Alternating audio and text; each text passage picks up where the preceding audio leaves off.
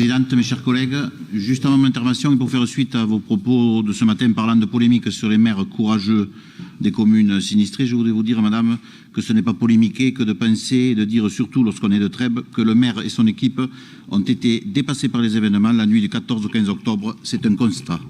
Mais aujourd'hui, c'est avant tout l'enfant de Trèbes que je suis qui s'exprime. Un enfant touché au plus profond de lui-même, qui observe avec désolation sa ville, sa terre meurtrie par des pluies diluviennes.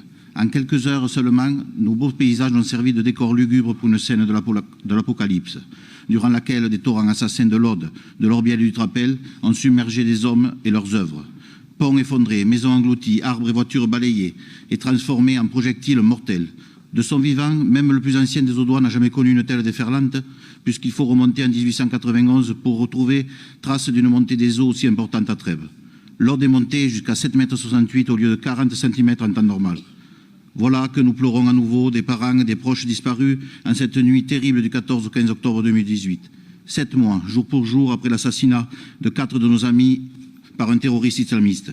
À ce propos, j'ai une pensée particulière pour mon amie Martine Mazière, qui, après avoir perdu son époux dans l'attentat de mars, a perdu ses parents dans les inondations. 6 Trébéens n'ont pas survécu à ce déchaînement non plus. Nos pensées vont également aux 9 autres disparus de Villegayen, Villallier, Villardonnel, Carcassonne, Puchéric et Saint-Croix-d'Aude. À ces drames humains s'ajoutent 19 000 maisons endommagées et des dizaines de sans-abri. Depuis cette catastrophe, mon équipe et moi-même sommes sur le terrain pour aider des familles à se reloger, souvent des mères de famille seules, avec leurs enfants, des familles qui ont tout perdu et à qui il ne reste que les yeux pour pleurer. Ces familles n'ont pas droit aux commisérations des médias et des pouvoirs publics, trop soucieux de savoir si notre pays accueillera les migrants de l'Aquarius. Aux âmes charitables de gauche, sachez que les pauvres, nous n'en manquons pas, et surtout dans l'Aude, département le plus paupérisé d'Occitanie. Sachez aussi que nous en avons assez d'enterrer tous les 20 ans des membres de nos familles et de reconstruire nos villes et nos villages. Après les inondations 99 qui avaient coûté la vie à 25 Audois, tout le monde disait « plus jamais ça ». Comme d'habitude, ce poncif résonne après chaque catastrophe et demeurait lettre morte. Des dons, oui, nous en avons besoin et nous remercions cet élan de fraternité française exprimé à travers tout le pays. De nombreuses assemblées locales ont voté des fonds exceptionnels à destination des communes sinistrées et c'est tout naturellement que le groupe Rassemblement National votera les subventions exceptionnelles de la région. Mais ces fonds exceptionnels, indispensables sur l'instant, ne pallient qu'une situation d'urgence. Ils permettent de remettre en ordre ce que la nature a dévasté, mais ne préservent pas les habitants d'un prochain cataclysme. Le politique a pris la fâcheuse habitude de réagir et non d'agir. Dans quelques semaines, l'actualité aura balayé ces douloureux souvenirs et les pouvoirs publics seront passés à autre chose. Pendant ce temps, les 39% d'Audois vivant en zone inondable continueront de vivre avec cette épée de Damoclès au-dessus de leur tête, prête à s'abattre sur leur existence à la prochaine crue.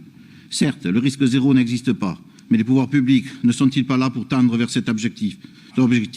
Force est de constater qu'en la matière, c'est un échec et l'avenir n'incline pas à l'optimisme à cause des engagements de l'État sur les collectivités locales pour protéger les Français des risques naturels. Soyons clairs, l'aménagement du territoire et la sécurité de nos compatriotes doivent demeurer entre les mains de l'État, seule puissance publique capable d'avoir une vue d'ensemble. Ce transfert de compétences réalisé en l'absence de transfert financier a été décidé à l'époque par votre gouvernement socialiste. En janvier 2018, Louis Alliot avait alerté par courrier les services de l'État et de la région sur les difficultés de la mise en œuvre de ce transfert qui obligeait de redéployer 5 millions d'euros de FEDER consacrés à la prévention et à la protection contre les inondations vers la valorisation du patrimoine culturel et naturel.